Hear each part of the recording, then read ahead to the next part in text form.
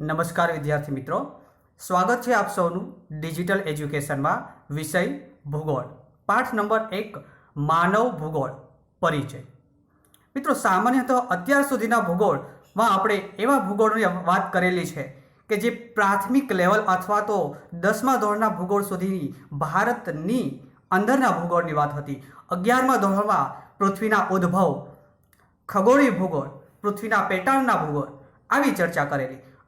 12મા ધોરણના ભૂગોળમાં ત્યાંથી થોડુંક આગળ વિચારી અને માનવ ભૂગોળની વાત કરવાની છે, માનવ ભૂગોળનો પરિચય મેળવવાનો છે। શરૂઆત આપણે આપણા કન્ટેન્ટની જોઈએ કે શું છે માનવ ભૂગોળ। એની પ્રાસ્તાવિક સમજૂતીની જો વાત કરીએ તો એ કહી શકાય કે ભૂગોળ એ પૃથ્વી વિશેનો પદ્ધતિસરનો અભ્યાસ કરતું વિજ્ઞાન છે। મિત્રો, પદ્ધતિસરનો અભ્યાસ કરે છે અને એ પણ વૈજ્ઞાનિક દ્રષ્ટિકોણથી। કોઈ એક પ્રદેશનો નહીં, સમગ્ર પૃથ્વીના વિશ્વફલક ઉપર એ વૈજ્ઞાનિક પદ્ધતિથી અભ્યાસ કરતું વિજ્ઞાન છે અને એટલે જ ભૂગોળ એ યથાર્થતાને સમગ્રતાના સ્વરૂપમાં સમજાવવાનો પ્રયત્ન કરે છે, વાસ્તવિકતાને વિશાળતાના સ્વરૂપમાં, સમગ્ર પૃથ્વીના સ્વરૂપમાં સમજાવવાનો પ્રયત્ન એ ભૂગોળ કરે છે। ભૂગોળનું જ્ઞાન સામાન્યતઃ બે અભિગમથી પ્રાપ્ત કરી શકાય છે, બે પદ્ધતિથી પ્રાપ્ત કરી શકાય છે। નંબર 1 પદ્ધતિસર અભિગમના આધારે, નંબર 2 પ્રાદેશિક અભિગમના આધારે। મિત્રો, કેટલા અભિગમથી પ્રાપ્ત કરી શકાય? બે। નંબર 1 પદ્ધતિસર અભિગમના આધારે અને નંબર 2 પ્રાદેશિક અભિગમના આધારે। માનવ ભૂગોળની જો વાત કરીએ તો માનવ ભૂગોળ એ પદ્ધતિસર અભિગમ વિષયની શાખા છે। મિત્રો, આપણે જે ટોપિક ભણવાનો છે આપણને એ વિષયમાં લઈ જાય છે કે માનવ ભૂગોળ એ પદ્ધતિસર અભિગમ વિષયની એક શાખા છે। ભૂગોળ એક અનેક શાખાનું સંયુક્ત સ્વરૂપ છે। દરેક ટોપિકના અલગ અલગ વિષયની શાખામાં વિભાજિત કરેલું છે, એમ માનવ ભૂગોળ એ પદ્ધતિસર અભિગમ વિષયની શાખા છે। એ માનવ ભૂગોળમાં માનવી અને પ્રકૃતિ, મિત્રો, માનવ ભૂગોળમાં માનવી અને પ્રકૃતિ વચ્ચે સતત પરિવર્તનશીલ પ્રક્રિયાઓથી જે લાક્ષણિકતાઓ ઉદ્ભવે છે, પણ કેવી લાક્ષણિકતાઓ? સાંસ્કૃતિક લાક્ષણિકતાઓ ઉદ્ભવે છે, એનો અભ્યાસ માનવ ભૂગોળમાં થાય છે। કોનો અભ્યાસ થાય? કે માનવી અને પ્રકૃતિ આ એકબીજાના પૂરક છે। એ બંને વચ્ચે જે સતત પરિવર્તનશીલ પ્રક્રિયાઓ થાય છે અને એ પરિવર્તનશીલ પ્રક્રિયાથી જે સાંસ્કૃતિક લાક્ષણિકતા ઉદ્ભવે છે, જેને માનવ ભૂગોળ કહી શકાય। કઈ રીતે એ વિષય માનવ ભૂગોળનો ઉદ્ભવ કઈ રીતે થયો છે? અત્યાર સુધી ભૂગોળ એટલે આપણે સામાન્યતઃ ભૂપૃષ્ઠના સંદર્ભમાં જ ચર્ચા કરવાની હતી, પણ અહીંયા એક માનવ ભૂગોળને અલગ સ્વરૂપ આપવાની એક વિષય શાખા તરીકે વાત કરવાની છે। તો એના માટે માનવ ભૂગોળના ઉદ્ભવ સમજવા માટે આપણે થોડી ઇતિહાસ તરફ દ્રષ્ટિ કરવી પડશે। આમ તો ઇતિહાસ અને ભૂગોળ એ એક સિક્કાની બે બાજુ સમાન છે। ભૂગોળ વગર ઇતિહાસ સંભવ નથી। મિત્રો, નેપોલિયન બોનાપાર્ટ એવું કહેતા કે કોઈ પણ પ્રદેશની ભૂગોળ કેવી છે, જો એ મને કહેવામાં આવે તો એ પ્રદેશનો ઇતિહાસ કેવો હશે એ હું ચોક્કસ જણાવી દઈશ। એટલે ભૂગોળ અને ઇતિહાસ એક સિક્કાની બે બાજુ સમાન છે। તો ભૂગોળ વિષયના ઉદ્ભવની જો વાત આપણે કરીએ તો 15મી સદીના ઉત્તરાર્ધથી લઈ 18મી સદી સુધીના સમયગાળાને સંશોધન યુગ કહેવામાં આવે છે। કયો યુગ કહેવામાં આવે છે મિત્રો? સંશોધન યુગ। કયા સમયગાળાને સંશોધન યુગ કહેવામાં આવે છે? 15મી સદીના ઉત્તરાર્ધથી લઈ અને 18મી સદી સુધીના સમયગાળાને સંશોધન યુગ કહેવામાં આવે છે. ઇતિહાસમાં આપણે આ ભણી ચૂક્યા છીએ કે 1750થી લઈ અને 1850 સુધીના સમયગાળાને આપણે ઇતિહાસમાં એ કહેલા સંશોધન યુગ કહેલો, જે 15મી થી 18મી સદી સુધી ગણી શકાય. અને એ સમયમાં અનેક એવા સંશોધનો થયા છે, એવા પ્રવાસો થયા છે, જેનું આપણે ઉદાહરણ કહી શકીએ કે ભારત આવવાનો જળમાર્ગની શોધ વાસ્કો દ ગામાએ આ જ સમયમાં કરેલી હતી, 15મી સદીના ઉત્તરાર્ધમાં જ, યાની કે 1498માં. એ પછી ઈસ્ટ ઇન્ડિયા કંપની સ્થાપનાથી લઈ ભારત આવવા સુધીનો જે જળમાર્ગનો સફર છે, એ સિવાય અનેક વૈજ્ઞાનિક સંશોધનો, વરાળ યંત્રની શોધ, આવી અનેક સંશોધનો એ આ સમયમાં થયેલા છે. એટલે જ તો આ સમયગાળા દરમિયાન અનેક શોધ પણ થયેલી છે, અનેક પ્રવાસો પણ થયેલા છે. અને એ પ્રવાસો માત્ર પ્રવાસ પૂરતા જ સીમિત નથી રહેતા, એ જુદા જુદા વિસ્તારોની માહિતી પણ એકત્ર કરવામાં આવી છે. અને એ માહિતી એકત્ર કરેલ માહિતીને નકશામાં પરિવર્તિત કરી, યાની કે નકશા નિર્માણ કાર્યની શરૂઆત થઈ. મિત્રો, ભૂગોળ એ દિશા અને નકશા આધારિત સવિશેષ છે.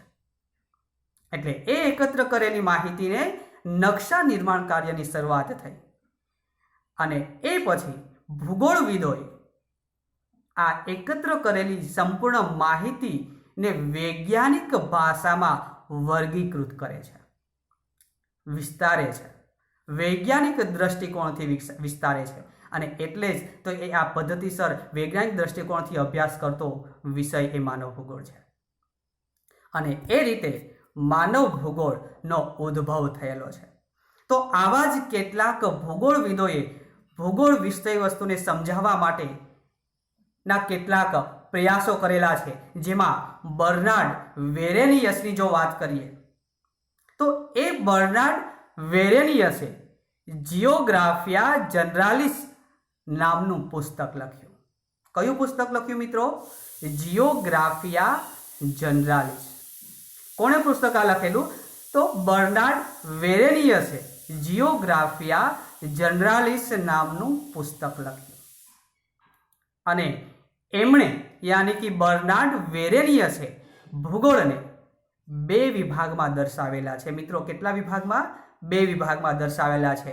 નંબર 1 સામાન્ય ભૂગોળ અને નંબર 2 વિશિષ્ટ ભૂગોળ. એકદમ આસાન. ભૂગોળ એ સૌથી સહેલો સબ્જેક્ટ છે. તો બર્નાર્ડ વેરેનિયસે જે ભૂગોળના 2 વિભાગ દર્શાવ્યા છે, એમાં 1 સામાન્ય ભૂગોળ અને 2 વિશિષ્ટ ભૂગોળ. વાત આપણે પહેલા યાની કે સામાન્ય ભૂગોળની વાત કરીએ કે કોને કહી શકાય સામાન્ય ભૂગોળ? તો એ સામાન્ય ભૂગોળમાં સમગ્ર પૃથ્વીને એક એકમ તરીકે સ્વીકારી એની લાક્ષણિકતાઓનો અભ્યાસ કરવામાં આવે છે. ધ્યાનથી સમજો મિત્રો, કોઈ એક એકમ કે કોઈ એક પ્રદેશ કે કોઈ એક વિસ્તારનો અભ્યાસ નહીં, કોઈ એક વિસ્તારની લાક્ષણિકતા નહીં, પણ સમગ્ર પૃથ્વી અને એની સંપૂર્ણ લાક્ષણિકતાઓનો અભ્યાસ એ સામાન્ય ભૂગોળમાં કરવામાં આવે છે. જ્યારે વિશિષ્ટ ભૂગોળની જો વાત કરીએ તો વિશિષ્ટ ભૂગોળમાં જુદા જુદા પ્રદેશો અને એ પ્રદેશોના માનવ જીવનનો અભ્યાસ કરવામાં આવે છે. છે ને બંને જુદી વાત કે સામાન્ય ભૂગોળમાં સમગ્ર પૃથ્વીની એક એકમ તરીકેનો અભ્યાસ, જ્યારે વિશિષ્ટ ભૂગોળમાં એ જ પૃથ્વીના જુદા જુદા પ્રદેશો અને એ પ્રદેશોમાં વસવાટ કરતા માનવ અને માનવ જીવનનો અભ્યાસ કરવામાં આવે છે એ વિશિષ્ટ ભૂગોળમાં. તો આ સામાન્ય ભૂગોળ અને વિશિષ્ટ ભૂગોળ જે બર્નાર્ડ વેરેનિયસે જે ભૂગોળના 2 વિભાગ દર્શાવ્યા હતા એની વાત. એ પછી માનવીની મૂળભૂત જરૂરિયાત. મિત્રો, શું હોય છે માનવીની વિશિષ્ટ જરૂરિયાત? તો પ્રાથમિક જરૂરિયાત એ રોટી, કપડાં ઓર મકાન, યાની કે ખોરાક, વસ્ત્ર અને રહેઠાણ. આ માણસની પ્રાથમિક જરૂરિયાત છે, જે તમે અગાઉના ધોરણોમાં ભણી ચૂક્યા છો. તો ખોરાક, વસ્ત્ર અને રહેઠાણ જે માનવીની મૂળભૂત જરૂરિયાત છે, એના ઉપર કુદરતી પરિબળો અસર કરે છે। એકદમ સિમ્પલ વાત છે કે આ માણસની ખોરાક કે વસ્ત્ર કે રહેઠાણ એ પ્રકૃતિ, આબોહવા અને ભૂગોળના પરિબળોના આધારે નક્કી થાય છે। એટલે જ માનવીની જે મૂળભૂત જરૂરિયાતો છે એના ઉપર કુદરતી પરિબળો અસર કરે છે અને માનવ ભૂગોળમાં એ જ કુદરતી પરિબળો અને સાથે માનવીય પરિબળો બંને પરસ્પર થતી અસરોનો અભ્યાસ એ માનવ ભૂગોળમાં કરવામાં આવે છે। તો મિત્રો, કુદરતી પરિબળો અને માનવીય પરિબળો બંનેની પરસ્પર થતી અસરોનો અભ્યાસ એ માનવ ભૂગોળમાં કરવામાં આવે છે। આ વાત બર્નાર્ડ વેરેનિયસ સમજાવે છે। ત્યાર પછીની જો વાત કરીએ કે એ હવે માનવીની પ્રવૃત્તિઓ શું છે, શું પ્રવૃત્તિઓ કરતો હશે, તો એ તો આપણને સામાન્ય ખબર જ હશે કે માણસની મુખ્ય પ્રવૃત્તિઓ શું હોય છે। એની જો વાત કરીએ માનવી પ્રવૃત્તિની, તો માનવ ભૂગોળમાં કેન્દ્ર સ્થાને માનવ છે। માનવ ભૂગોળમાં કેન્દ્ર સ્થાને માનવ છે। એની સંપૂર્ણ પ્રવૃત્તિની વાત એ માનવ ભૂગોળમાં કરવામાં આવે છે। માનવીની પ્રવૃત્તિ એના નિવાસ સ્થાનના વિસ્તારના આધારે નક્કી થાય છે। સ્વાભાવિક વાત છે કે કોઈ પણ વ્યક્તિ ગુજરાતમાં વસવાટ કરતો હોય અથવા તો ગુજરાતના કોઈ એક પ્રદેશ જેમ કે જાફરાબાદમાં વસવાટ કરતો હોય તો એની પ્રવૃત્તિ ઉત્તર ભારતના મેદાની પ્રદેશોના આધારે નક્કી ન થાય। તો એ જે વિસ્તારમાં વસવાટ કરે છે એના આધારે જ નક્કી થશે કે જો એ જાફરાબાદ વિસ્તારમાં વસવાટ કરે છે તો એની મુખ્ય પ્રવૃત્તિ મત્સ્ય પ્રવૃત્તિ હોઈ શકે। દરિયા કિનારાની આસપાસ વસવાટ કરતા પ્રદેશો છે તો એની મુખ્ય પ્રવૃત્તિ મત્સ્ય પ્રવૃત્તિ હોઈ શકે। સપાટ મેદાની પ્રદેશોમાં વસવાટ કરતો માનવ હોય તો એમની મુખ્ય પ્રવૃત્તિ ઔદ્યોગિક અથવા તો ખેતી પ્રદેશ હોઈ શકે, કૃષિ હોઈ શકે, ઉદ્યોગો હોઈ શકે। જંગલ વિસ્તારમાં વસવાટ કરતો હોય તો એની પ્રવૃત્તિ જંગલ પેદાશોનું એકત્રીકરણ કરવું એ હોઈ શકે છે। એટલે માનવીની પ્રવૃત્તિ કોના આધારે નક્કી થશે? એમના નિવાસ સ્થાનના આધારે નક્કી થાય છે। જેમ કે મેદાની પ્રદેશમાં વસવાટ કરતો માણસ ખેતી પ્રવૃત્તિ કરે છે, જ્યારે જંગલમાં વસવાટ કરતો માણસ એ જંગલ પેદાશો એકઠી કરવાની પ્રવૃત્તિ કરે છે, જ્યારે સમુદ્ર કિનારે વસવાટ કરતો માનવી એની મત્સ્ય પ્રવૃત્તિ એ મુખ્ય પ્રવૃત્તિ ગણી શકાય। તો જે વિસ્તારમાં માનવ વસવાટ કરતો હોય એના આધારે એમની પ્રવૃત્તિ નક્કી થતી હોય છે। તો આ વસ્તુ તો તમે આસાનીથી સમજી શકો છો। એ રીતે માનવી અને પર્યાવરણ એટલે કે પ્રકૃતિ અને માનવી વચ્ચેના સંબંધથી ઉદ્ભવતી પ્રવૃત્તિઓથી ભૂગોળનું અભ્યાસ ક્ષેત્ર તૈયાર થાય છે। ત્યાર પછીની જો વાત કરીએ કે ભૂગોળ વિષય વસ્તુ શું છે, ભૂગોળનો વિષય વસ્તુ, તો એ જ બર્નાર્ડ વેરેનિયસ માનવી અને પર્યાવરણ વચ્ચેના સંબંધને ધ્યાનમાં રાખી ભૂગોળ વિષય વસ્તુના 3 પેટા વિભાગમાં વર્ગીકૃત કર્યા છે। મિત્રો, ધ્યાનથી સમજજો, આસાની એકદમ સરળ છે કે એ જ બર્નાર્ડ વેરેનિયસ કે જેમણે જિયોગ્રાફિયા જનરાલિસ નામનું પુસ્તક લખેલું અને એમાં જ આ માનવ ભૂગોળની ચર્ચા કરેલી છે, તો એ જ બર્નાર્ડ વેરેનિયસે પ્રકૃતિ અને પર્યાવરણ બંને વચ્ચેના સંબંધને ધ્યાનમાં રાખી અને ભૂગોળ વિષય વસ્તુને 3 પેટા વિભાગમાં વર્ગીકૃત કરેલા છે। નંબર 1, ખગોળ વિષયક લાક્ષણિકતાઓ, જે મોટાભાગે 11મા ધોરણમાં ભૂગોળમાં ખગોળીય ભૂગોળની ચર્ચા તમે કરેલા છો, ભણેલા છો। સ્થળીય લાક્ષણિકતા અને માનવીય લાક્ષણિકતા, આ 3 પેટા વિભાગમાં વિભાજિત કરેલા છે ભૂગોળના વિષય વસ્તુને। કયા કયા? ખગોળ વિષયક લાક્ષણિકતા, સ્થળીય લાક્ષણિકતા અને માનવીય લાક્ષણિકતા। ત્યાર પછીની વાત કરીએ કે ભૂગોળના તત્વો અને શાખાઓ, ભૂગોળની શાખાઓની વાત। તો મિત્રો ભૂગોળ પૃથ્વી પર આવેલા જુદા જુદા તત્વો અને પાસાનો માનવીના સંદર્ભમાં અભ્યાસ કરે. ફરી પાછી જેમ ભૂગોળ ગોળ છે એમ આપણે પણ વાતને જુદા જુદા એંગલથી રજૂ કરવાની છે. કોને અભ્યાસ કરે છે કે ભૂગોળ એ પૃથ્વી પર આવેલા જુદા જુદા તત્વો. થોડા સમય પહેલા આપણે વાત કરેલી કે ભૂગોળ એ પૃથ્વીને એક એકમ તરીકે અને અહીંથી એની શાખામાં જ્યારે આપણે ડિવાઈડ કરીએ ત્યારે એ જ પૃથ્વી પર આવેલા એના જુદા જુદા તત્વો અને એના જુદા જુદા પાસાને માણસના સંદર્ભમાં અભ્યાસ કરાવે છે. એટલે પૃથ્વી પરના તત્વોને આધારે ભૂગોળને 2 વર્ગમાં વિભાજિત કરવામાં આવે છે. જો અહીંયા આપણે હમણાં જ 3 પાર્ટ્સમાં વિભાજિત કર્યા પછી એ પૃથ્વી પર તત્વોના આધારે ધ્યાનથી આ પ્રશ્નોને ડિવાઈડ કરજો. પૃથ્વી પરના તત્વોના આધારે ભૂગોળને 2 વિભાગમાં વહેંચવામાં આવે છે. એક પ્રાકૃતિક અથવા તો ભૌતિક ભૂગોળ અને નંબર 2 માનવીય અથવા તો સાંસ્કૃતિક ભૂગોળ. કયા 2 ભૂગોળમાં? પ્રાકૃતિક અથવા તો ભૌતિક તત્વ અને નંબર 2 માનવીય અથવા તો સાંસ્કૃતિક તત્વ. આ 2 ભાગ પૃથ્વી પર તત્વોના આધારે પાડેલા છે. મિત્રો આ દરેક ટોપિક દરેક પ્રશ્ન તમે તમારી અલગથી નોટબુકમાં નોંધતા જજો. તો આ તત્વોને આધારે માનવ ભૂગોળની 2 શાખા વિકસી છે. કઈ રીતે? જો આપણે ડિવાઈડ કરતા જઈએ છીએ ભૂગોળના તત્વોના આધારે 2 વિભાગમાં વહેંચેલા છે. નંબર 1 પ્રાકૃતિક અથવા તો ભૌતિક તત્વો અને નંબર 2 માનવી અથવા તો સાંસ્કૃતિક તત્વ. ત્યારથી આગળ વધીએ તો કે એ તત્વોને આધારે માનવ ભૂગોળની 2 શાખાઓ વિકસી છે.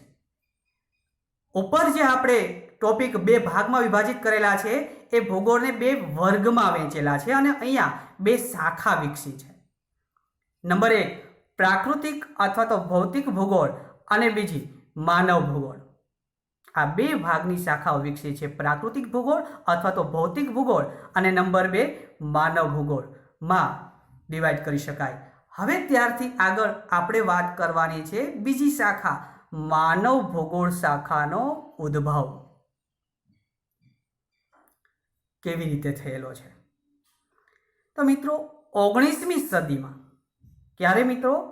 19મી સદીમાં પ્રાકૃતિક ભૂગોળ અને ભૂસ્વરૂપી ભૂગોળ નામની શાખાનો વિકાસ થયો. જો માનવ ભૂગોળને સમજવા માટે થોડું આપણે 19મી સદીમાં નજર દોડાવવી પડશે કે 19મી સદીમાં 2 શાખાનો વિકાસ થયો હતો.